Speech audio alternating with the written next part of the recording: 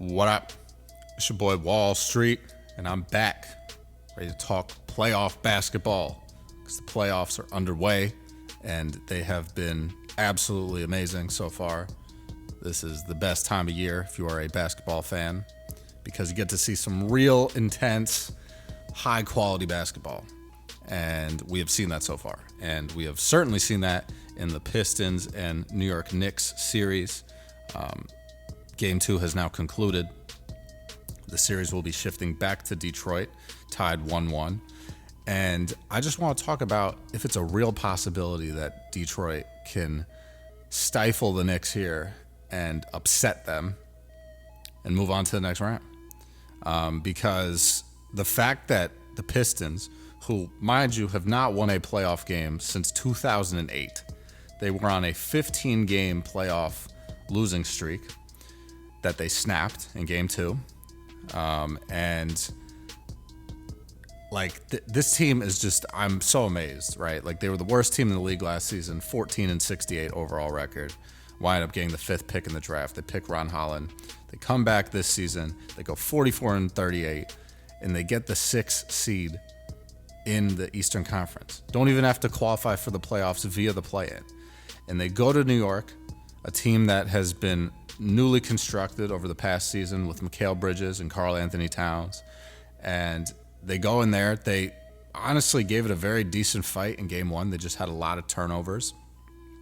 And that's kind of what, set them off. They had 21 turnovers to the Knicks, 11 turnovers in that game. But everything else, they were kind of on point. They shot a better percentage from 3 than the Knicks. They shot 47% from the field. The Knicks shot 52%, so their defense needs to improve a little bit, which they did do in game 2. I was watching game 1, and I was like, the Pistons might pull this off. They might stifle the Knicks in game 1, and they didn't pull it off. They wind up losing 123-112. But then in game 2, they were able to pull it off. And it was kind of, to me, I was like, maybe I'm optimistic. I always root for the underdog, right? A lot of my friends are Knicks fans, but honestly, growing up being a Wizards fan, I always wanted the Knicks to lose because I wanted my team to be better than the Knicks. And, so I'm rooting for the Pistons. I'm going to be honest. And, I was just amazed. Cade Cunningham is a superstar. The guy is just so good. 33 points, 12 rebounds, was playing out of his mind in game 2. They win that game 100-94. And I just think, I don't think they're going to drop both games in Detroit, right? I could see the series coming back to New York tied 2-2. And then we'll see what happens. Then it's a best-of-3 series at that point, basically. And the Knicks have the upper hand because they have 2 games at home to the Pistons' 1 game at home, which will be game 6 for the Pistons if it extends that far. And I honestly think they could upset the Knicks. I really do think they could. I think it's going to take everything and then some. But, everyone on this team, man, they have a chip on their shoulder. And I'm going to talk about no Lay's potato chip bullshit. These dudes have a real chip on their shoulder. Everyone wants to prove something. Right? Malik Beasley came here in the offseason. He wants to prove that he's worth money. He's going to be a free agent. He wants to prove that he is worth it, right? Tobias Harris, everyone was clowning this guy being in Philly where he wasn't performing right. Comes to Detroit. This is his second stint there, and he's revitalized. He's a huge contributor to this team. Dennis Schroeder played on 3 teams this season. Wants to prove that he's worth it, right? Cade Cunningham, former number 1 overall pick. He wants to prove that he's not some guy that can't lead a team, right? Everyone on this team has something to prove. And I think the fact that they were so not good last season is just emphasizing that fact even more so. This honestly has been, to me, the most exciting series. I thought Lakers-Timberwolves was going to be exciting. Game 2 of that's going to tip off tonight, so we're going to see what happens there. But that first game was underwhelming. I was shocked that the Timberwolves won in the fashion that they did. But so far, I feel like this Knicks-Pistons series has been the closest. The Clippers and Nuggets series, too, as well, has been very good.